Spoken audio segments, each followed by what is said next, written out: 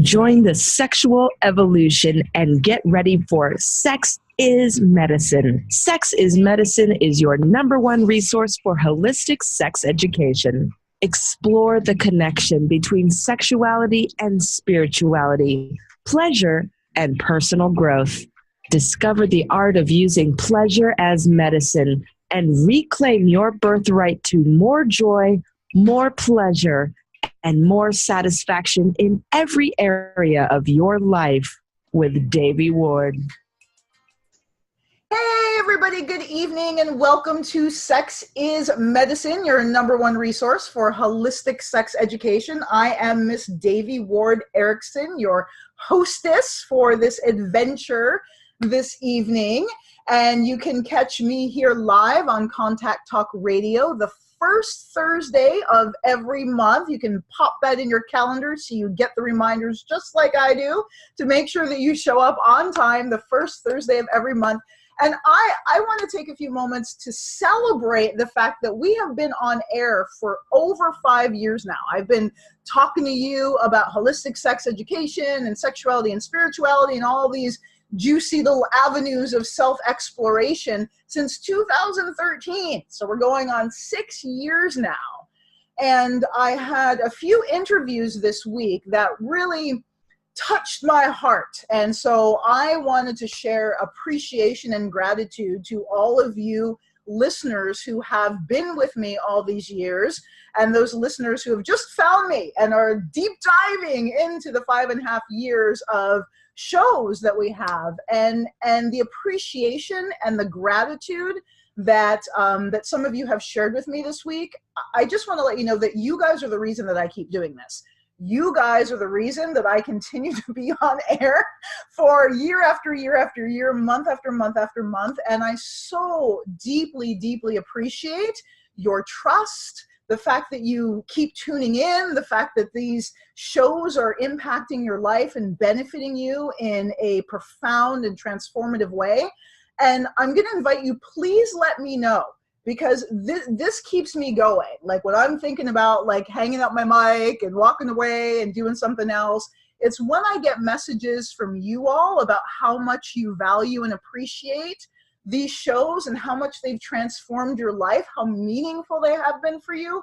That really is the lifeblood that keeps me going. So I'm going to invite you, please, please stay connected. If you've been touched and moved by something I've said or something that my guests have said, because they're fucking awesome, please let me know. Drop us a line at authentictantra.com, and please do follow us on Facebook and Instagram and Twitter and all those social media places, Authentic Tantra, and stay in contact. Please let me know what you're loving, and let me know what you'd like to hear more of, because 2019 is wide open. I have a wide open calendar, and so I would love to hear from you who you'd like to hear from, because I will round them up and I will find them and we will bring them on the show so that you can hear their juicy, amazing wisdom and benefit from it and enrich your life on every level. So just wanted to share that as a celebration, since this is the last show of 2018 and we're birthing into 2019. I really want to work with you to bring you the information that you want to hear. So speaking of amazing information, this evening I have the BRIANNA Radar, and I hope I said that correctly this evening, who is the founder of the JuiceBox app, which the name itself kind of says it all. It makes me want to click on it and find out more. And I'm going to read you a little intro about her. She has worked in the field of sex education for the past 5 years and has a master's in global health sciences, which I'm sure is a fascinating conjunction with human sexuality. So thank you so much for joining us this evening, BRIANNA. Yeah, thanks so much for having me. Yeah, so the topic of this evening was what makes a successful sexual encounter, and that's very intriguing. And so what I find fascinating when we were emailing about having you on the show is the fact that your app has helped you identify what makes a sexual encounter successful, what we would label it as successful. And so I'd love to hear from you. What does that mean for you, for someone to have a successful sexual encounter? How do you rate that or rank that or kind of distinguish that? Yeah, it's a kind of a hard question because there's not like a one hard definition for a successful sexual encounter. But we've seen through the themes of conversations on the JuiceBox app and working with so many different sex educators and coaches like yourself, kind of the different ingredients that are needed to have a successful sexual encounter. So key items are communication and consent, meaning also comfort, and then also equity. We see that that's a huge problem in the bedroom, especially between men and women, when there's an orgasm gap or the female pleasure isn't taken as seriously. So these are all the different key elements that we talk about when we're working with clients on the JuiceBox app. So we try to help people learn how to feel comfortable communicating really openly about sex and their desires and their needs, and then how to voice that to your partner. Because I find that it's one thing to, read a blog about sex, but it's a whole nother thing to work with a professional who's a role model. And JuiceBox allows you to do that in a really affordable, accessible way. And then you kind of, by working with a role model and kind of shifting your viewpoints, learn how to communicate about sex, more efficiently and more confidently with your partner, because a lot of people can have trouble with that. Oh, that is so prime, because in my work for the last 10 years, that's where I found like the biggest gap is in the communication, because we're not actually, supported or taught or coached or given any instruction in how to do that. And the point that you make about reading a blog about sex versus, working with an actual individual who's gone through the process of learning how to go from no communication to communication and can give you really tangible tools to take that journey is so precious. And so I'd love to, what comes to mind for me, what makes me so curious is, how does this app work? Like, what is it and how does it work? Yeah, back up a little bit. So the JuiceBox app is on the App Store for iPhones. It's free to download, and there's some free features, but the core feature is the ability to be paired one-on-one with a professional sex, dating, and relationship coach or counselor. And you work one-on-one with that coach over a long-term basis. So you get to know them. It's not like you're working with a different coach every day. And it's all text-based. So it's anonymous, and you have unlimited messaging. So you can message the coach back and forth as much as you want every day, and the coach will always get back to you within 24 hours, 7 days a week. And so along with the actual coaching, we also give you guides, exercises, and scripts on different topics that are interactive.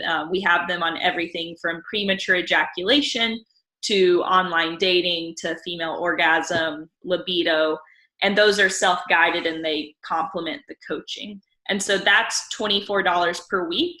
So we try to make it far more accessible than, sometimes hiring an individual working in person can be $200 an hour or more. And I was drawn to technology as a way to reach the masses and be more accessible because, my background in sex ed in Tennessee, I thought I was going to go into public policy, work with school systems, and I realized that was going to be a multiple decade long battle, or going to med school, but then you only really get to work with one patient at a time. So that's why I was really excited to go the technology route. Yeah, that's just absolutely brilliant. So what made you want to do an app to connect people with sex coaches specifically? Well, so I grew up in Tennessee, so much more conservative upbringing than now I'm in San Francisco. And I had just abstinence-based sex ed growing up. And then I went to college at the University of Tennessee. I also didn't see any programming coming at the university level, and I just began to get frustrated. So I started a local organization that provided sex ed to college students in Tennessee. And that was me just first dipping my toes into the field. It was really controversial, actually. The state got involved. They legally condemned the organization and myself, and they also defunded the organization. And I started to realize like how controversial these topics are, but also how important they are. Yeah. And that was my first experience in the field of sexuality. And then after going to grad school at UCSF in San Francisco, and realizing, what the tech industry is and doing a lot of user research on it and doing a lot of testing, that's what took us down this route, because I really feel like people need access to role models and expertise, but they're so inaccessible. And so that's what we're trying to do with JuiceBox. I love that. And so this is an app and there's data that's collected. And so what are the top line issues that you see people coming to needing support with? So the top 4 issues are dating, and that also includes some element of sex. So singles that are struggling with online dating and navigating that very, very early stage of having the first coffee, the first time hookup, etc. Deciding what you want out of your dating life. The second is erectile issues, and that includes premature ejaculation and performance anxiety, and then struggling to maintain an erection. Obviously, we don't help people that can't get an erection at all. Like if you can't get an erection while masturbating even, then you need to go talk to a physician, and there could be a physiological concern. But what a lot of people realize is they probably don't need Viagra if it's usually anxiety focused, or they've trained themselves to orgasm or be hard in very specific ways and very specific stimuli. And then the third one is libido. So couples that are struggling with differing desire levels and how to navigate that. And then the fourth one is female orgasm, people that are struggling to have orgasms. Mm-hmm. Wonderful. So on those topics, let's start with female orgasm first, because ladies come first. So in regards to female orgasm, what are some of the struggles and what are some of the solutions that you've observed? Mm-hmm. Actually, I love this topic because it's the one that we can solve the most quickly. Yeah. And sometimes I am like, well, shoot, we didn't really make much money off of that client because we solved their problem too quickly. But I mean, it's an amazing problem to have. So I think first off, we deal with some women that have never had an orgasm. And then the second category is women that can't orgasm when they're with partners, yes, only when they're by themselves. Yeah. So slightly different issues going on there. For the women that have never had an orgasm, I think huge points that we need to address there are shame around their body, why they haven't tried masturbating, basic anatomy lessons, and almost giving them permission, like an expert giving them permission to think about these topics and experiment is one of the biggest aspects of work, of getting towards a solution. And then the second part is like getting into the mechanics, like touch yourself here with this like speed or this softness or this sensation. And then of course, recommending lubes, vibrators, all of those more like tangible advice. And then the other type of woman, the woman that can't orgasm with a partner, usually they can make, if they can make themselves orgasm, then they just need to pass on the information they already know about themselves to their partner. But that's very hard, especially for people that have never, spoken about these issues out loud. And so then it's about giving them some tangible, since we're coaching and we're not therapy, we're really focused on solutions, where you are now and what your goals are. So even giving them the exact sentences they could try saying to their partner, or saying maybe this is a show and tell approach, when trying to explain how that could actually be sexy and your partner could be excited about that. So anyway, those are the kinds of solutions we talk to. Beautiful. And then what is the prevalence, if any, that you've noticed in relationship to like sexual trauma and inability to orgasm or inability to experience pleasure? Has that come up in your work? Definitely. I think we do have a section of women on our product that have experienced trauma in the past, and now they're trying to enjoy sex again. So not women that have experienced trauma recently. We are not equipped to be kind of the first responders. Yeah. But a lot of women that have been traumatized 2, 4, even 10 years ago and are struggling in their relationships now. So I would say that, and then also what kind of shame do they have around pleasure? Like, were they told at a young age that it's bad to experience sexual pleasure or it's bad to masturbate? Also, a lot of people are caught up in their heads around like timing. Yeah. So those are the issues I see. Yeah, wonderful, wonderful. And so then with male-bodied beings, the issues of erectile function, that's huge, performance anxiety, premature ejaculation, those are kind of standard things that come up in my work as well. So how do you address those issues for the men wanting to work with you on your app? Yeah, it's funny. I had never thought about erectile issues so much in my life until we launched the JuiceBox product, because I actually thought the majority of our clients were going to be women. I think when people think about sex advice, they think, oh, women. But actually, I think since we're an anonymous product and it's text-based, we're really resonating with men who don't feel like they can go to their friends to talk about these topics, or don't feel like there's a ton of like feminist magazines out there for them to read. So I was actually, surprised when we started taking on these issues, and I feel like I've learned a lot about it. So a lot of the literature shows that 1 in 5 men experience premature ejaculation, and that's defined as 1.5 minutes or less of actual intercourse.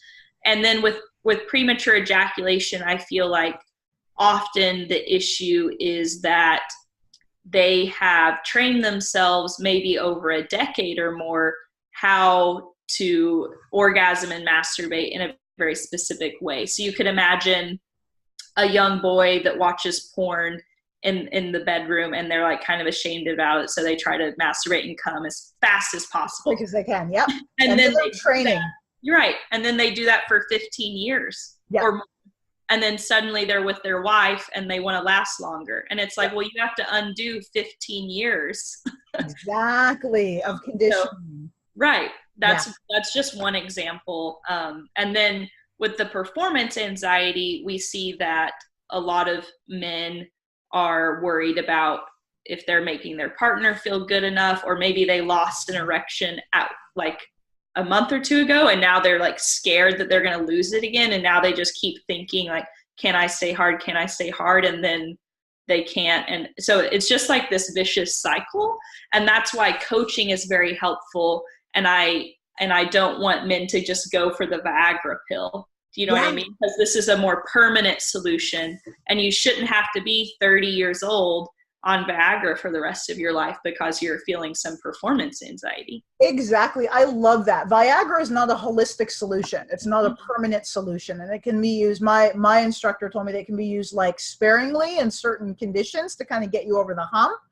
But that it should not be relied upon as a long-term solution. So, and that, I think what you're saying, it speaks to so much to our culture, which is a pill popping culture. It's like, I want to take a pill and I want it to be fixed, as opposed to actually doing the sometimes hard work of self-examination and looking at what the root cause of the issue is. It's funny. One other thing I want to say is it's funny because when I started out in the field, like in 2008, and when I was doing research at that time, I was researching the definition of premature ejaculation. And I shit you not, the definition in the medical text was when a man ejaculates before his partner orgasms more than 50% of the time. That used to be the definition of premature ejaculation. When I read that, I was like, well, that's fucking every guy ever. Like, that's like everybody, right? Like, that's like every man. And so I just find it interesting that in the last, however long, that definition has actually changed to, the prescribed period of time, because the average time, the accepted time of penetration until ejaculation is 2 to 7 minutes, which from my point of view as a female, like, I don't even have a fucking erection in 2 to 7 minutes, and you're going to come and that's okay. Like and so it's the fact that they pared it down to, less than 2 minutes. I just think that's very, very interesting. And I think it really speaks to, who's making up the rules about sexuality, kind of a male view of sexual satisfaction and what that needs to look like. I think of females who really were able to access their full orgasmic potential were making up the rules about what premature ejaculation is. I think the 2 to 7 minutes, like in my point of view, 2 to 7 minutes is absolutely premature ejaculation. If you can't control your ejaculation for longer than 7 minutes, we have a problem, Houston.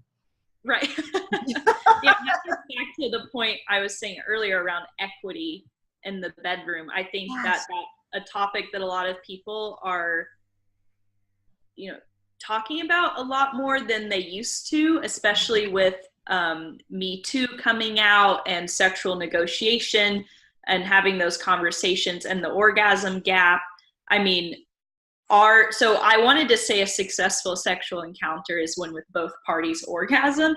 I don't like to say that because I don't want to be too goal oriented, but you should reflect and think about how often are you and your partner both orgasming. Yeah. And, if that's rare, then I really think that you all need to have a conversation about that. And I know some men feel really strongly that their female partners, they want them to orgasm first.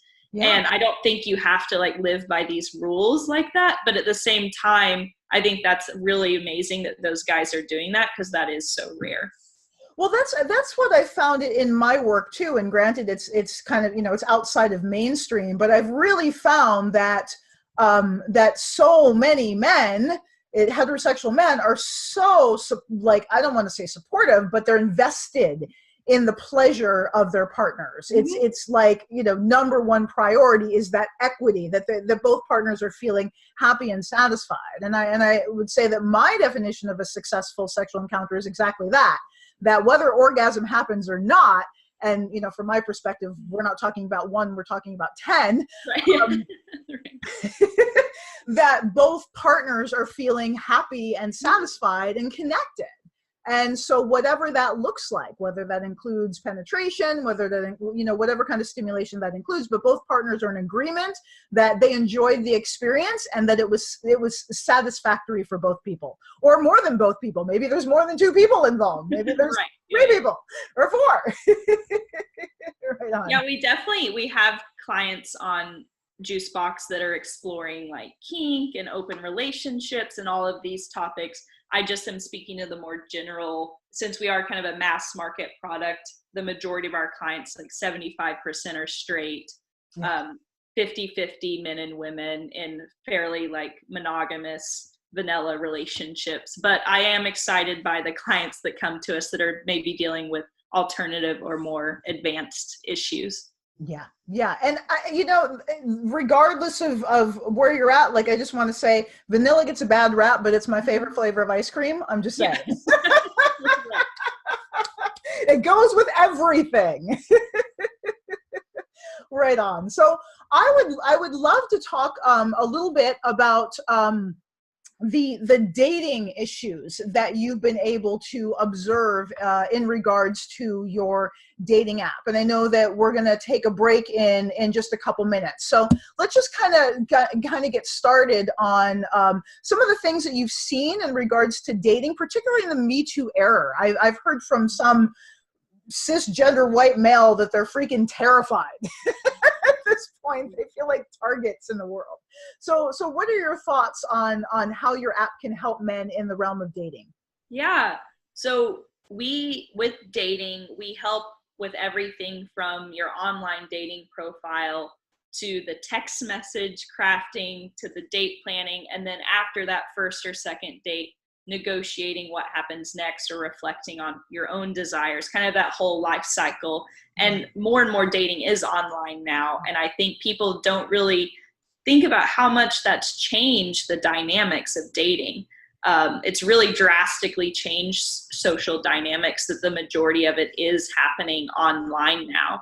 And you can't even look to your parents as examples now as to how they navigated dating, because it is such a new phenomenon. And I think you hit on a really important topic with the Me Too movement. I think some men that are very thoughtful are really, really considering this in detail, like, well, now how can I approach women, or what's appropriate on the first date, and they're feeling paranoid about it. And they I think some men feel like the rules have changed, when I know the rules haven't changed. It's just that we're talking about them more. But I actually really appreciate men that come to our app and are paying professionals to learn how to better navigate consent and communication. Unfortunately, I feel like there's not a lot of expertise out there about how to navigate sex very early on in the relationship. I feel like most of it is devoted to spicing up your sex life once you're in the relationship, or early dating life. Like, how do I figure out if he likes me? But what is in the middle for when you're like hooking up on the third or second date? And we're trying to really fill that gap in the knowledge and talk to men about that. And I think a lot of it is normalizing how to talk about sex and how to have these conversations. Like, I was talking to one of our clients last week, and he said that he, tried to be very explicit with his female date after the second date, asking her to go back to his apartment and be even more explicit about how, what do you want to do tonight? Or what do you want to do in the bedroom? What do you enjoy? And she kind of shamed him for bringing it up. And I think that's also sad, because I think a lot of women aren't used to, have been socialized that men are going to give them their pleasure, and they're not supposed to own it for themselves and have a conversation about it, and like mysterious is sexy. And so I feel like we have to work with all parties on this and teach everyone that actually talking about it is sexy and it is okay. It doesn't kill the mood, and not to shame your partner for bringing it up. Thank you so much for that, because that is so spot on. And it's, when we're culturalized or socialized in this society with a shame-based orientation to sex, it makes any kind of growth or conversation or education about it really, really challenging. So such a beautiful example of this gentleman working really hard to make sure that he is being considerate and, and really respecting boundaries. And then he gets shamed for wanting to open up the conversation and create a dialogue about it. So I find stuff like that just absolutely tragic and absolutely heartbreaking. And it just speaks to like the core, how we have to start from the beginning with a pleasure-based or, healthy-based orientation to sexuality, so that later on in life, we're not kind of, cock blocking each other when it comes to wanting to have healthy sexual connection. So we're going to take a break right now. And when we come back, we're going to find out more about how this app can help close the orgasm gap and help all parties have a healthy, enriching sexual connection. So we'll be right back. Okay, so back to how this app supports men, particularly straight men, in regards to dating. So what are some of the specific challenges that you've seen that men face in online dating? Well, first of all, I think it's a lack of information about how online dating actually works. I think some people get on these apps and they're like, okay, I'm going to do it. I'm going to put myself out there. They spend their time swiping a little bit. Maybe they don't get any matches, or they start messaging matches and a few people don't write back. And then they feel really disappointed and they lose their confidence and they're like, I'm done with online dating. So we try to help them with this and change their mindset, because first of all, a lot of people on these apps aren't even actually on them.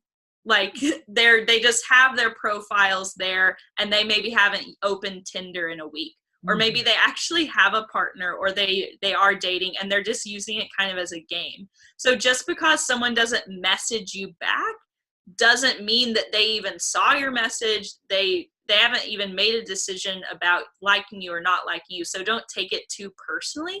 And I think that's important to just think about online dating in general, that it's largely a numbers game. There's so many people out there. If you're messaging one person at a time and not getting a response, you might need to change your approach. Like, why don't you send 10 messages out and maybe 1 or 2 will get back to you? And that's just what it's become, because the gender ratio on these apps is heavily geared towards men. On Tinder, I think that there might be about 70% of their users are men. And I think if you knew that going into it, you would be not so disheartened when someone flakes on a message. And then back to the actual matching part and setting up your profile. This is very important, especially if the gender balance is so heavily skewed towards men, that you're competing with a lot to get a woman's attention on these apps. And unfortunately, women deal with so much harassment on these apps that you really have to stand out because they have such a hard time on these apps. So some key things to remember there is the photos, and you need a minimum 3 photos on these apps, and they should be representing different things. So first of all, the amazing headshot of you smiling and looking directly at the camera with good lighting, not a selfie, not in the car, not in a mirror. Secondly, you need a photo of you with some friends to show that, you know, you're a social, outgoing person. At the same time, make sure it's not the first photo because they need to know who you are, and then don't make it a photo where they can't figure out who you are in the group photo. And then third, you need a photo showing yourself doing an interesting activity. Maybe it's a sport, maybe it's hiking, maybe it's dancing, any kind of interest you have, because it can be a conversation starter. So these 3 key elements are huge, and it'll definitely increase your level of matches on the app. It's like marketing and branding. Right. And a lot of men, unfortunately, don't know how to market themselves in this way because they're not usually judged by their physical appearance in the way women are. I feel like women from a very young age know how to smile, how to dress. Our mothers have like criticized us for like standing a certain way in our photos. But I think this is truly one of the first times men are so harshly judged by their physical appearance only, and not their skill sets or their personality or their job. So welcome to the world of female dominated whatever. And that's you make a great point, because way back when I was on dating apps, it was my friends and I would chuckle. It's like, why would you post that photo if you're like fishing for good women? Why would you post a photo? It's like the head, you can't even see their face, you see their mouth, and that's it. So it's a huge good point. Is presentation is very, very important on these apps, and how to stand out from the crowd. Exactly. Yeah. So what other kind of things have you seen in regards to straight men, particularly on these dating apps? So there's appearance, what you gave are like amazing tips. So listeners, I hope you're ingesting those and using those and that sort of thing. But there's so many dating apps. Oh my God, there's so many dating apps. So like, do you have any advice for people who are looking for a specific kind of partner? Like, have you found that some apps are more successful than others, or some people really want relationships, so they should go to that app? Some people just want hookups, so they should go to that app. What have you seen? Yeah, I mean, there really are so many now. I think you touch on a good point that you first need to figure out what you want. Yeah. And make that fairly clear from the get-go. I mean, unless you don't care, then it's fine. But if you really are not interested in hookups, then maybe you should put that somewhere in your bio, because why do you want to waste your time matching with people or going on dates with people that aren't in line with you? Exactly. You shouldn't look at it as a rejection. You should more look at it as like okay, no, thank you. It didn't work out. That's okay for everyone, that we're not on the same page and we don't match. Well, some things to consider are, I feel like the Bumbles, the Coffee Meets Bagels, and the Hinges are a little bit more oriented towards relationships. And then the ones that like are Tinder, OkCupid, I think they can go either way. Yes. It just depends on how you use them. And then for the LGBTQ community, there's so many. Tinder, a lot of people still use that because there's just so many people on it. Her for women, there's actually Personals now for queer women. It's an Instagram account that's getting a lot of attention. And then gay men have Grindr, Scruff, and they have several options. But anyway, it's just something to consider. You might need to try out a few if you're new to online dating and just see what's going well for you. And you make a good point about putting it in your bio what you're looking for, because I found that so absolutely helpful, is to just be clear up front about, I am looking for a long-term relationship, or I'm just looking for friends, or I'm looking for, casual dating, but just really like laying all the cards out on the table. Because the other thing I found about online dating is it's so freaking overwhelming. It's like that one dating app, Plenty of Fish, like seriously. And especially, if you're even remotely attractive, it's like swarmed with opportunities. And it's kind of like, this one guy I was seeing through the dating app was like, he's like, it'll give you, ADD or something like that, because there's just so many options. And like, how do you even choose, right? Because there's just so many options. So being really clear up front, I think, is really helpful in sifting through. Yeah, and I think that's also an interesting component, is that you have thousands of people at your fingertips. So then I think people are reluctant to see how 1 or 2 dates actually go and put some time and effort and work into it. And they're like, oh, there could be something better, or the grass is always greener. And it's just important to just be aware of that, and think about the cadence of your dates. I know some people try to really think about methodology and like, I'm going to space my dates out 2 weeks apart. We see this a lot with men that are trying to kind of like figure out the process. And for those folks, I think we have to say, okay, well, don't artificially try to puppet master it, because then you're going to prevent like the opportunity for natural chemistry or a natural cadence to develop. Yeah, because I was going to say that piece is so important, is that natural, just like, because what we're yearning for ultimately is connection, right? That's what we're seeking, whether it's through these apps, we're looking for connection. So like, how successful are we at being able to make those connections, I think, is really, really important. So is that part of the guidance that people can get through working with these coaches, is how to just be present, how to connect with another human being in a healthy way, how to, just be authentic and transparent in their relationships. Exactly. And so the JuiceBox coaches, initially, you have to be confident with yourself before you're going to be able to successfully date. So that's something that the coaches help with a lot. And then because it is text-based and it's in your pocket on your phone at all times, if you go on a date on Saturday night and it didn't go well, you can immediately text your coach and immediately get feedback, instead of having to wait for your appointment with someone else the next week. I feel like we're available on that kind of ongoing basis. And actually, some of our clients use us supplementally to a main therapist, because they feel more comfortable talking about the intimacy and sex pieces anonymously via text. And then they also want someone that's available every day of the week. Yeah, it's like instant gratification. Right. Yeah. So how do you choose your sex coaches who work with you on JuiceBox?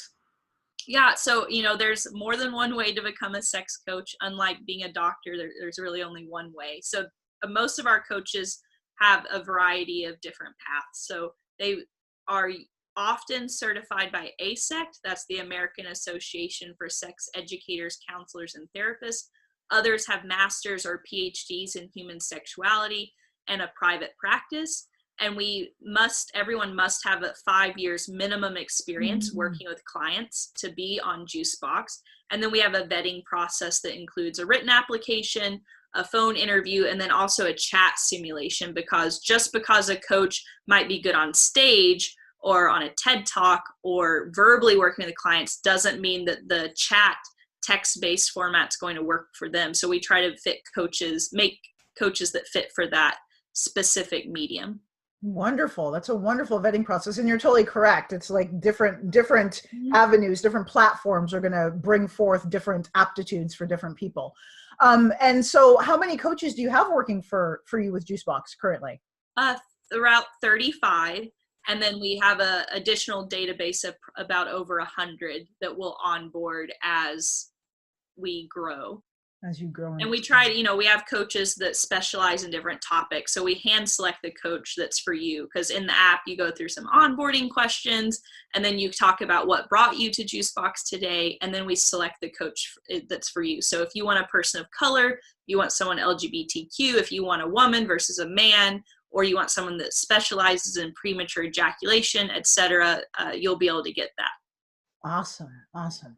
And so we've talked about female orgasms in women, and we've talked about men and dating and all of that. How about couples? What have you seen in relationship to couples as far as the equity in the bedroom, but what other kinds of things have you seen arise in regards to people needing support with? Well, mismatched libidos or differing desire levels, I think, is huge. I actually saw one data point that said 50% of couples are dissatisfied with their sex lives.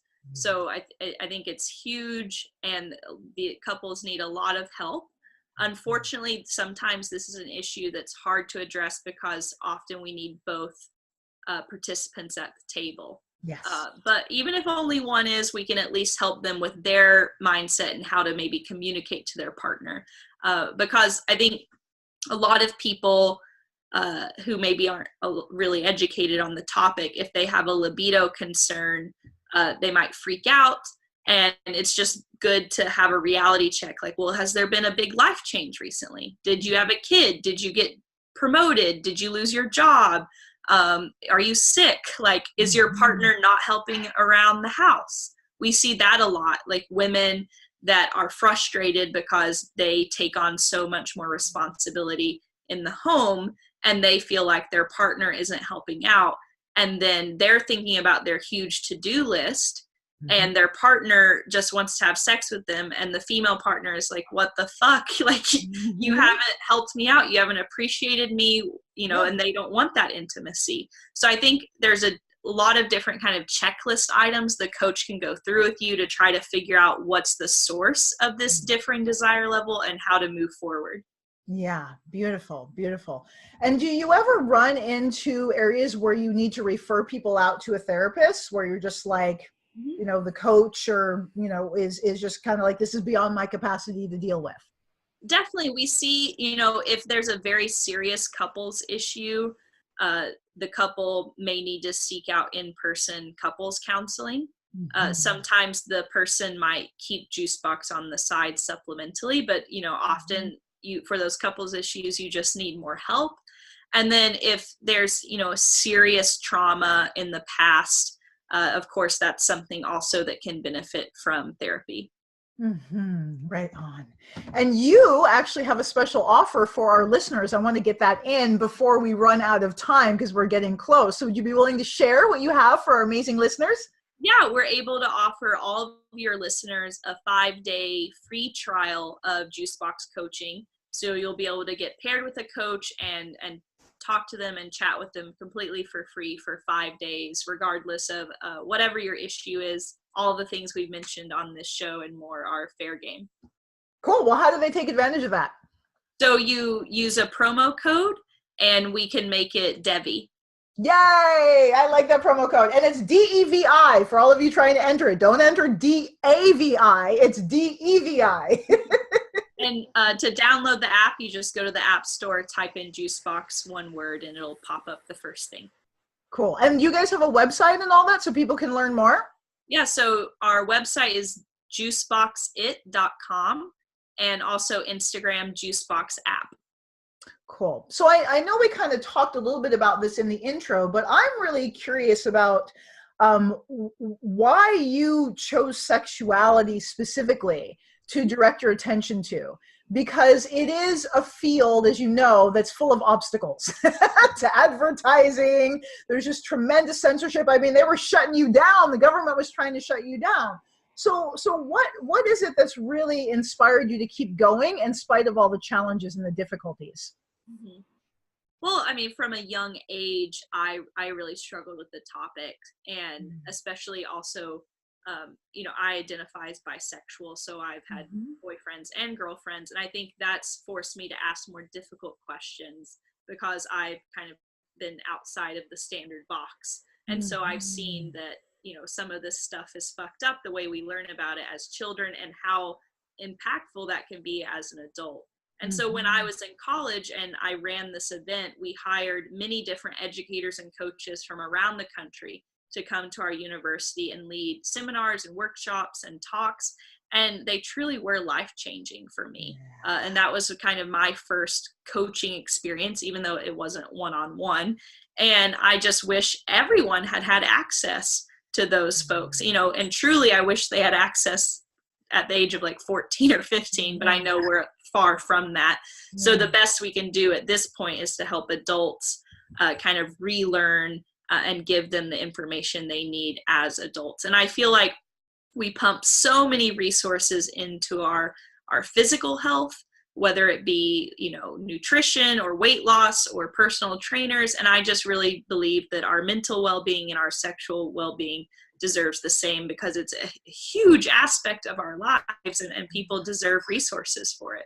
Absolutely. And when the sex isn't working, particularly with couples, like it will like erode and disintegrate an entire marriage. I mean, and it's absolutely tragic, because the solutions can be relatively simple in many cases. Yeah. So that's absolutely wonderful. And so how about for you? How has this app, do you use it? Has it improved your life at all? I think I don't use it as a user with a coach, just because I think you are a coach. I've learned so much.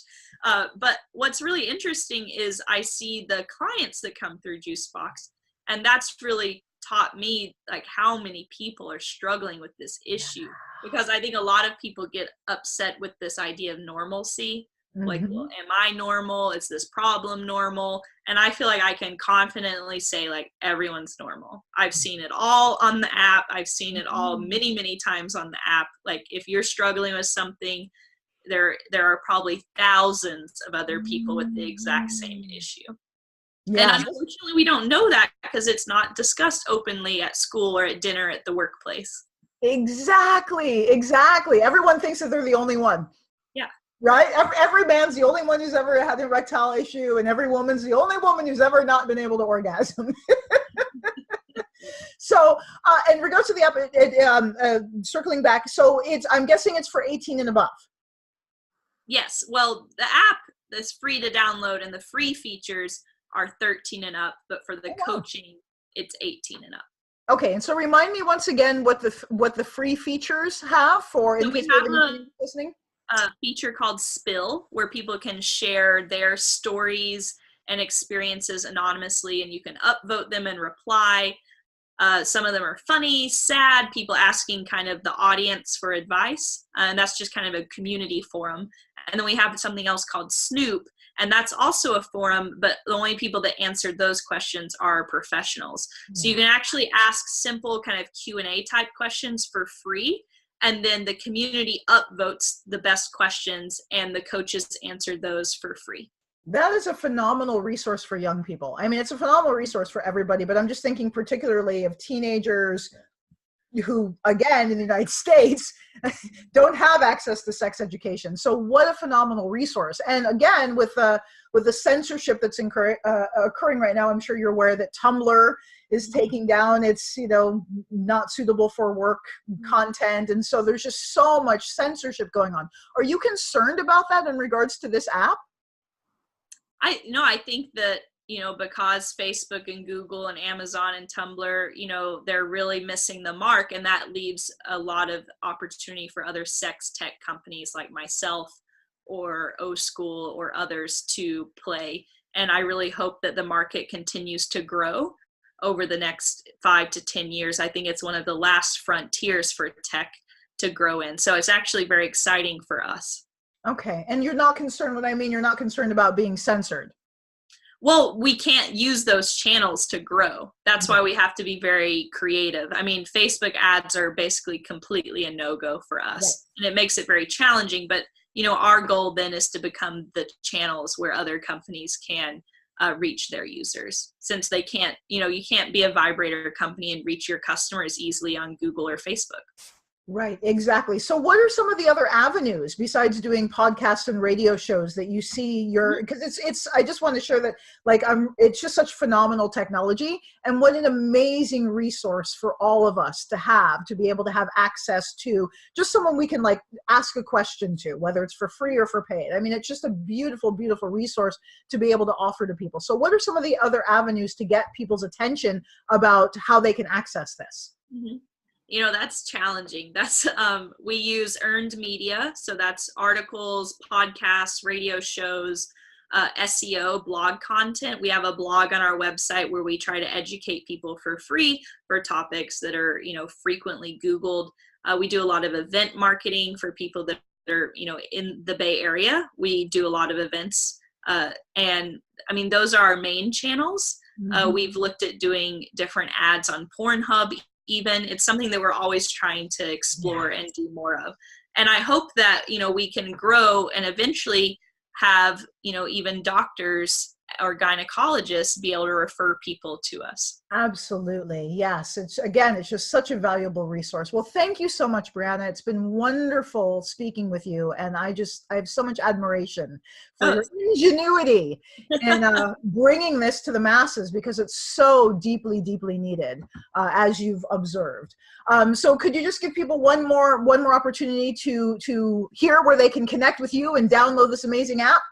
Yeah, and thank you so much for having this conversation, having a show like yours where you're constantly bringing information to people for free in an accessible way. And people can download JuiceBox via the App Store. It's one word, 5-day free trial with the code Devi. And then our Instagram is JuiceBox app, and our website is juiceboxit.com. Fabulous. Well, thank you again. Thank you so much for joining us. Thank you, everybody listening. And I hope you go and download this app, because at your fingertips, having qualified sex advice is just, it's a phenomenal resource. And for those of you parents who are contacting us asking, how do I talk to my children about sex? Get them this app. This is a good use of their technology. This will be a good use of their phone time, their screen time. So thank you, everybody. I'm going to invite you to join me in between shows. We broadcast once a month, the first Thursday of every month, and you can join me between shows on our social media, Authentic Tantra, and our website, authentictantra.com. If you sign up for one of my amazing ebooks, because I have so many and they're all really, really good, and you sign up for those, you can get this interview in your inbox Saturday morning, and you will get every radio show interview in your inbox the first Saturday of every month. So much love, much appreciation, and have a wonderful holiday. Many blessings to all of you. Have a good night.